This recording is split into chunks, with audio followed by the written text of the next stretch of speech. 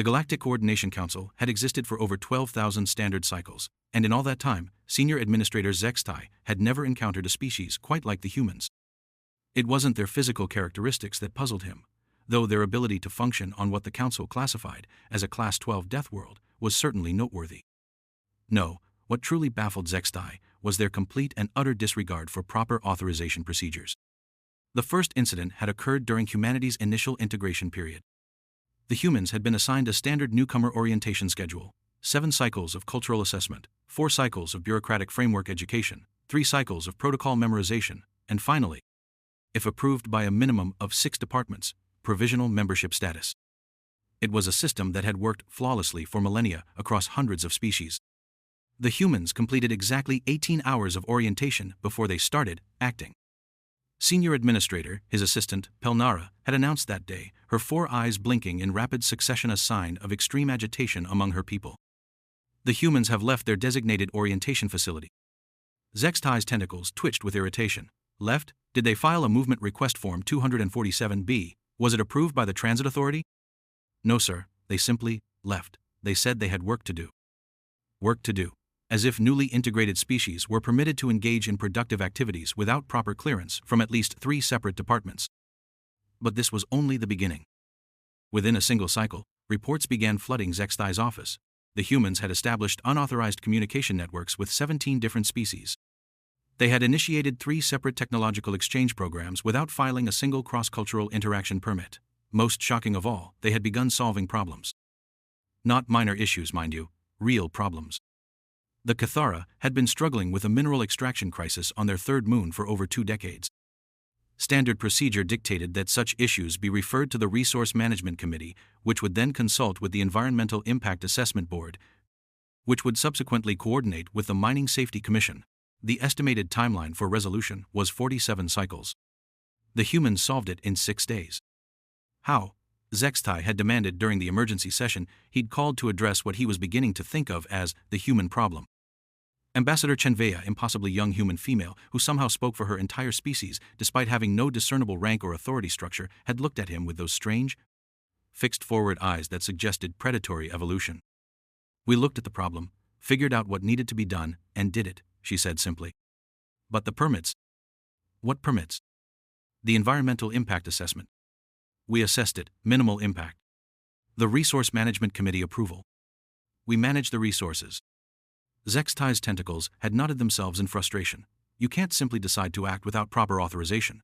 What if you had made an error? What if you had violated safety protocols? What if? Then we would have fixed it, Ambassador Chen had interrupted. That's what you do when things go wrong, you fix them.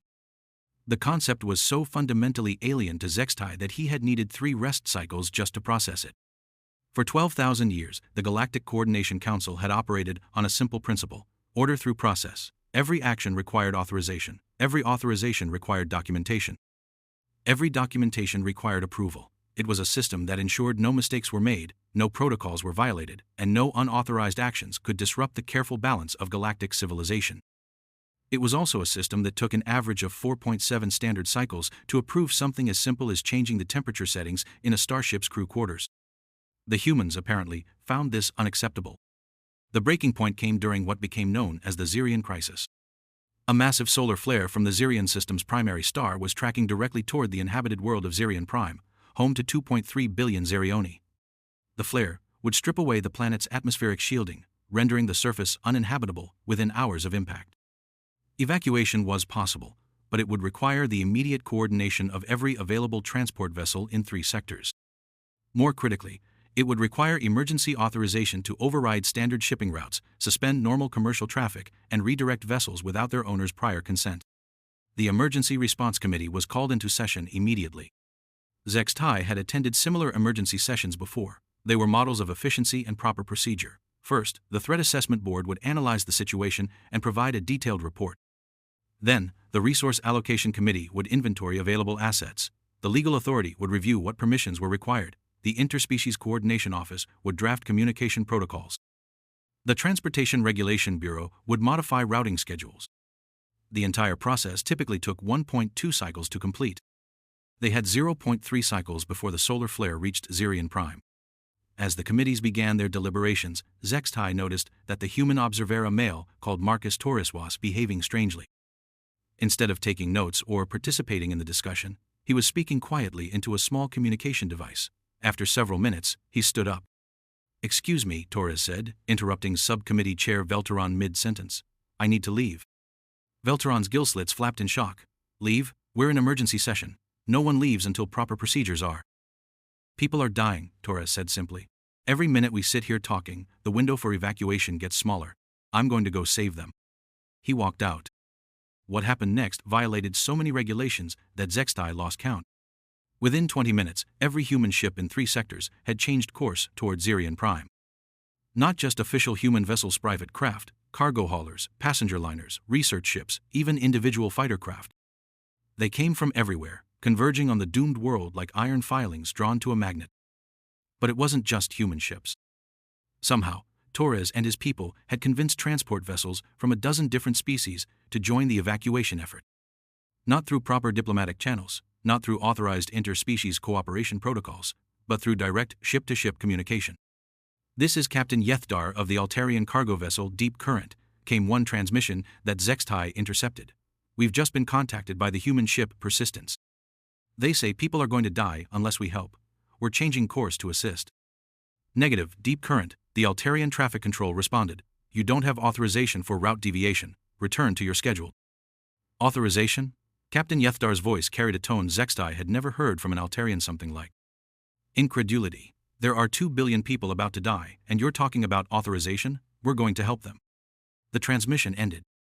Similar conversations were happening across all frequencies. The humans had somehow transmitted their peculiar attitude toward immediate action like a virus, infecting other species with their urgent disregard for proper procedure. By the time the Emergency Response Committee had finished its preliminary threat assessment, the evacuation of Zirian Prime was already underway. Zextai watched the display screens in horrified fascination as hundreds of vessel human and non-human Alika descended on Zirian Prime in complete violation of standard evacuation protocols. There was no central coordination, no traffic control, no organized loading procedures. It should have been chaos. Instead, it was the most efficient large-scale operation Zextai had ever witnessed. The humans had somehow organized the entire effort through rapid, direct communication between ship captains. Cargo vessels took families with children, passenger liners loaded the elderly and infirm. Fast courier ships ferried medical supplies and emergency personnel. Even the smallest craft contributed, carrying individuals or small groups. "How?" Zextai whispered, watching the evacuation proceed at an impossible pace. "How are they coordinating without central authority?"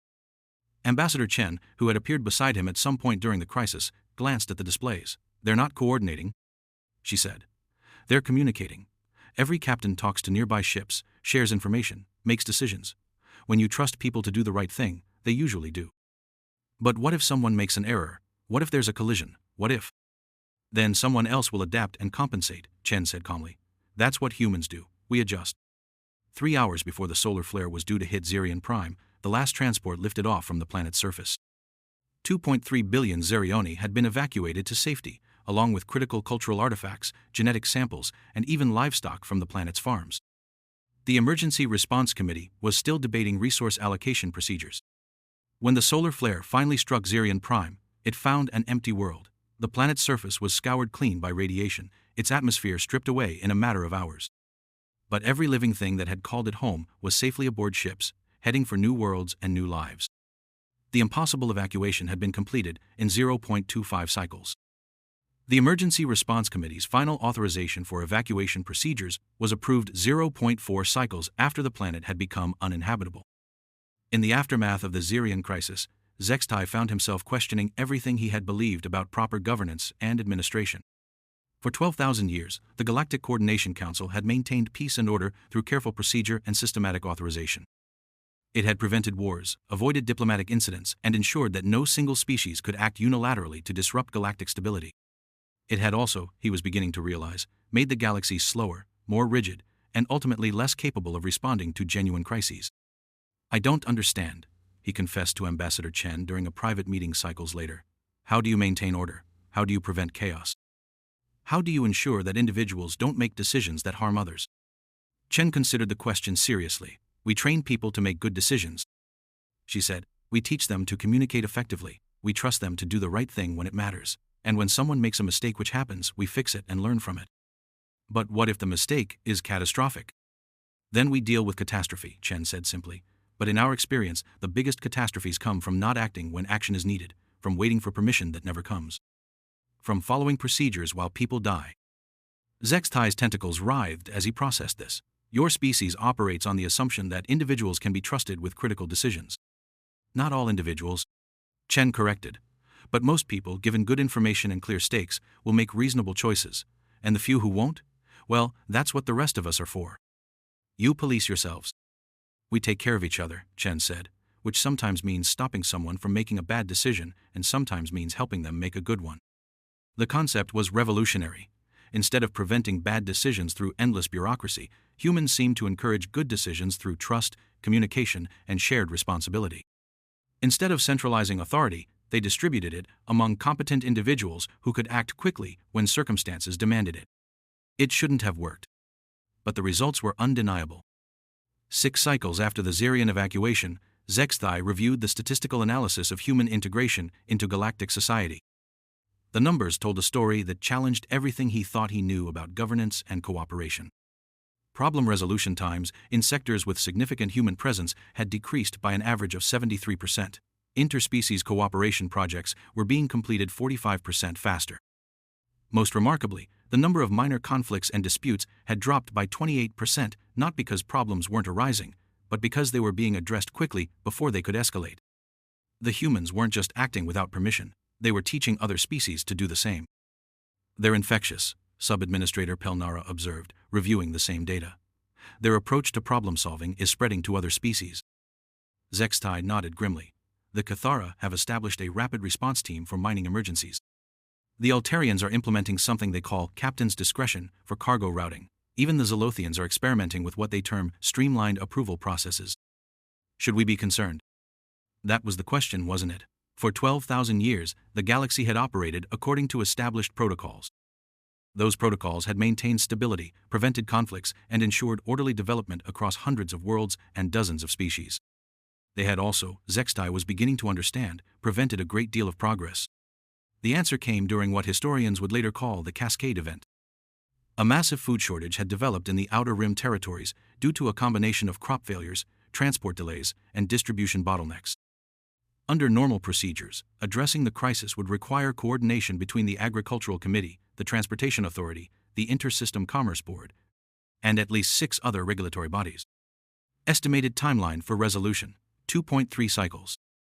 Available food reserves would last approximately 1.1 cycles. The humans, predictably, refused to wait for proper authorization. But this time, they weren't alone. Within hours of the food shortage being announced, ships from dozens of species were already moving. Kithara mining vessels, retooled to carry grain. Altarian cargo haulers, loaded with preserved foods. Zolothian research ships, their laboratories converted to hydroponics facilities. Even species that had never cooperated before were working together, sharing resources and coordinating efforts. All without a single authorization form being filed.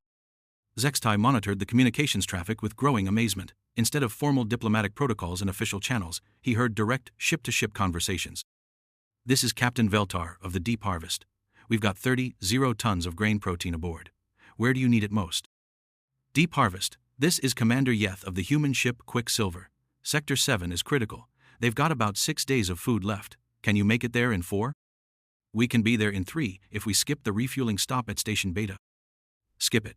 We'll have a tanker meet you at Sector 7. Understood. Deep Harvest out. It was that simple. No forms, no approvals, no committees, just people identifying problems and solving them. The food crisis that should have taken over 2 cycles to resolve was addressed in 3 weeks.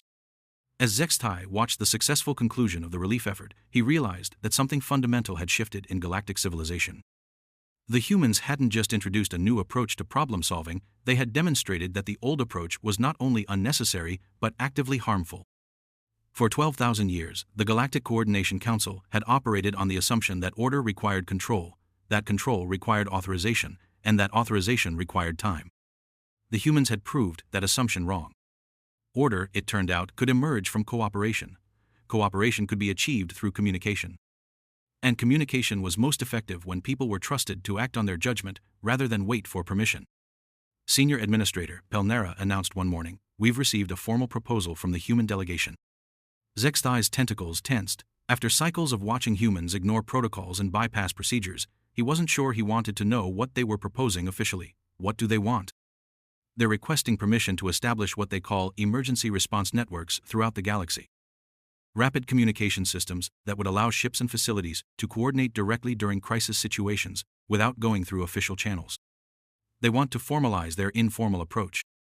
In a manner of speaking, they're proposing to create official exceptions to standard authorization requirements for emergency situations. Zextai considered this. The humans were essentially asking for permission to act without permission, but only when lives were at stake. It was, he realized, a compromise between human urgency and galactic order. It was also completely unprecedented. "What's the estimated timeline for implementing such a system?" he asked. Pelnara consulted her datapad. Using standard evaluation and approval procedures, approximately 15 cycles. And if we followed the human approach? According to their proposal, they could have a basic network operational within 2 cycles. Zextai found himself faced with an impossible choice. He could follow proper procedures, ensuring that the emergency response network was thoroughly evaluated, properly authorized, and carefully implemented over the course of 15 cycles. Or he could trust the humans to know what they were doing and approve their proposal immediately. For 12,000 years, there would have been no question. Proper procedure was the foundation of galactic civilization. But for 12,000 years, galactic civilization had never faced a species like humanity. "Pelnara," Zextai said slowly, "prepare an immediate authorization for the Human Emergency Response Network proposal." His assistant's 4 eyes widened in shock. "Immediate authorization? Don't you want to review it with the Policy Analysis Committee first? Or at least consult with the Interspecies Cooperation Board?" "No," Zextai said, surprising himself. "I think it's time we tried something new." "But sir, what if there are unforeseen consequences? What if the network is misused? What if—" "Then we'll deal with those problems when they arise," Zextai said, echoing words he'd heard from Ambassador Chen. "Sometimes the biggest risk is not taking any risks at all." The authorization was transmitted to the human delegation within the hour. The emergency response network was operational within 6 days. 2 cycles later, when a massive asteroid threatened to impact the industrial world of Terminus Alpha, the network's value became immediately apparent. Instead of waiting for committees to convene and assessments to be completed, the response was instantaneous. Within minutes of the threat being detected, mining ships were en route to intercept and break up the asteroid. Defense vessels were moving to protect the planet. Evacuation ships were preparing for emergency deployment. Medical facilities were readying for potential casualties. The asteroid was deflected successfully with 0 loss of life. The operation took 14 hours from detection to resolution. Under the old system, it would have taken 47 hours just to authorize an assessment of the threat. Standing in the council chambers, watching the data stream show successful crisis response across the galaxy, Zextai felt something he hadn't experienced in centuries of administration: pride in genuine accomplishment. The humans had done more than solve individual problems. They had shown the entire galaxy that there was a better way to live and work together. They had proved that trust was more powerful than control, that cooperation was more effective than bureaucracy, and that sometimes the most responsible thing you could do was act immediately rather than wait for permission. "Senior Administrator," Pelnera said, approaching with her usual respectful deference, "the quarterly efficiency reports are in. And? Problem resolution times are down across all sectors. Interspecies cooperation is at record levels. Crisis response times have improved by over 80%. The humans' influence on galactic administration has been—" She paused, searching for the appropriate word. "Revolutionary?" Zextai suggested. "I was going to say beneficial, but revolutionary works too." Zextai looked out at the vast display, showing the galaxy they administered thousands of worlds, hundreds of species, millions of ships and stations and facilities. All connected now not just by laws and regulations, but by networks of communication and cooperation that allowed them to help each other immediately when help was needed. "You know what I've learned about humans," he said thoughtfully. "What's that, sir?" "They don't ask for permission because they understand something the rest of us forgot. Sometimes waiting for authorization means people die. Sometimes following procedures means missing opportunities. Sometimes the most responsible thing you can do is act on your best judgment and deal with the consequences later. They're not reckless," he continued. "They're urgent. They understand that the galaxy is a dangerous place where bad things happen quickly, and the only way to make sure good things happen is to empower good people to act immediately when action is needed." Pelnara nodded slowly. "The emergency response network has certainly proved effective. More than effective, it's changed how we think about governance itself. For 12,000 years, we've operated on the assumption that order requires control. The humans have shown us that order can emerge from trust. Senior Administrator Pelnara announced, checking her communication display. We're receiving a priority transmission from the Outer Rim. There's been a major industrial accident on mining station Zeta 7. Toxic gases are venting into the station's atmosphere.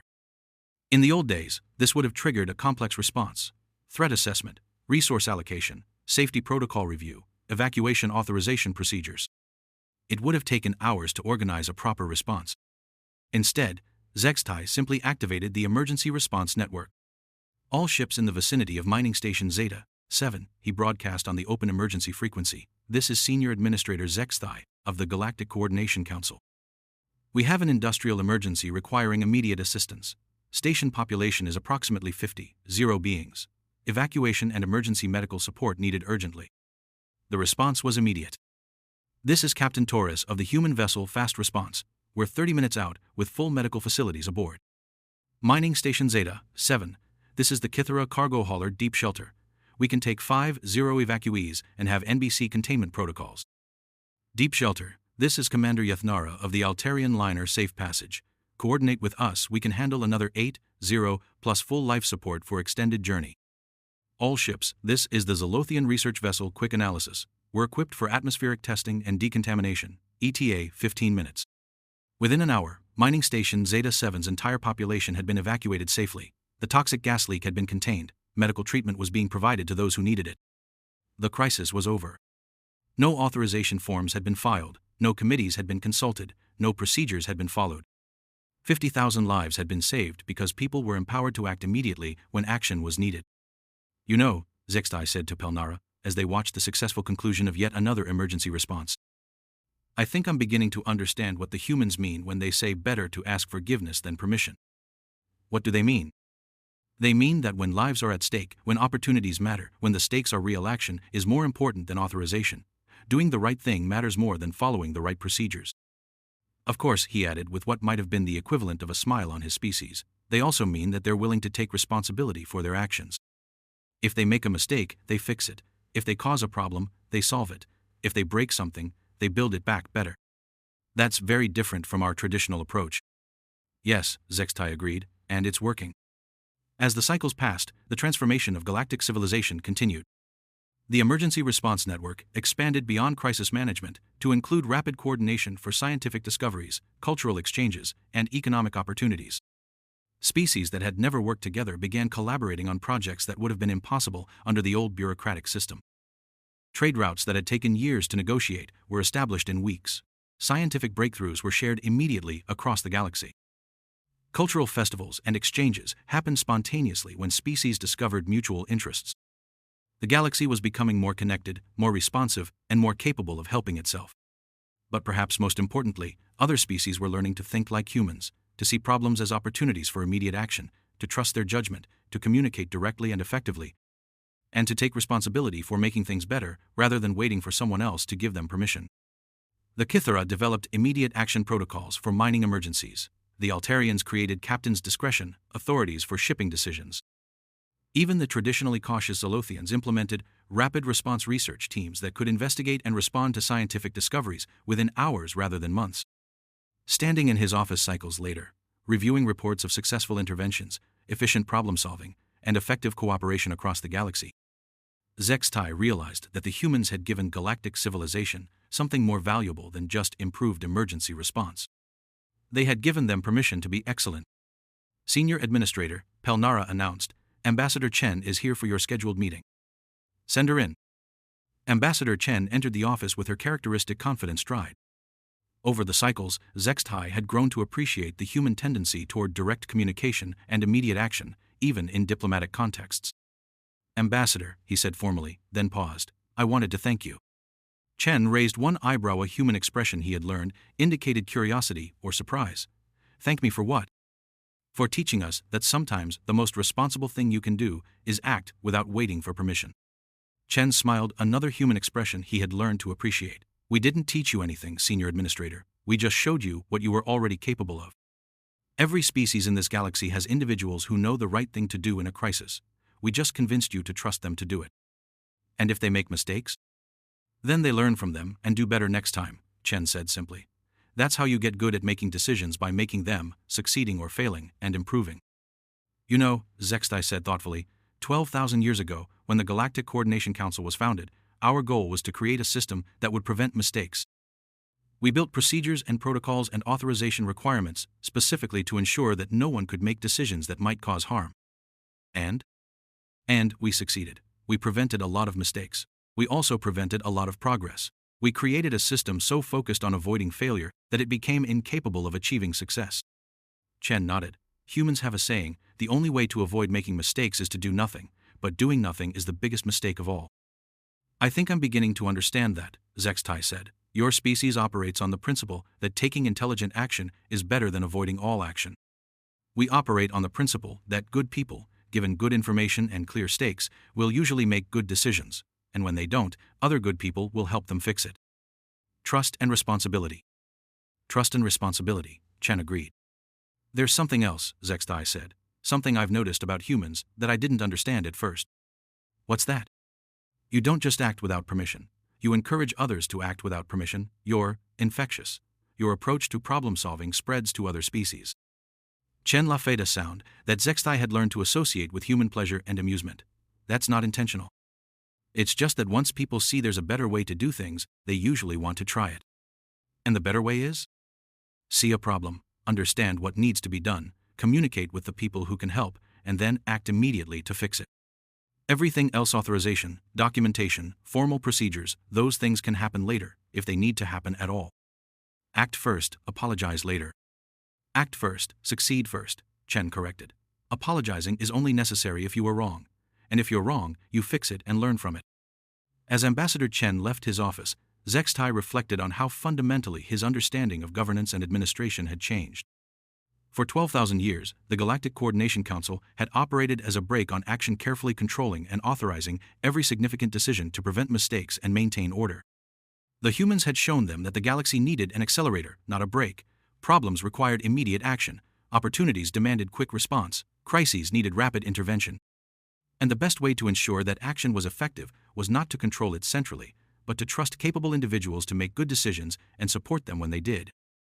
Today, the Galactic Coordination Council still existed, but its role had evolved dramatically. Instead of authorizing actions, it facilitated them. Instead of controlling decisions, it provided information and resources to support decision-makers. Instead of preventing mistakes, it helped people learn from them and do better.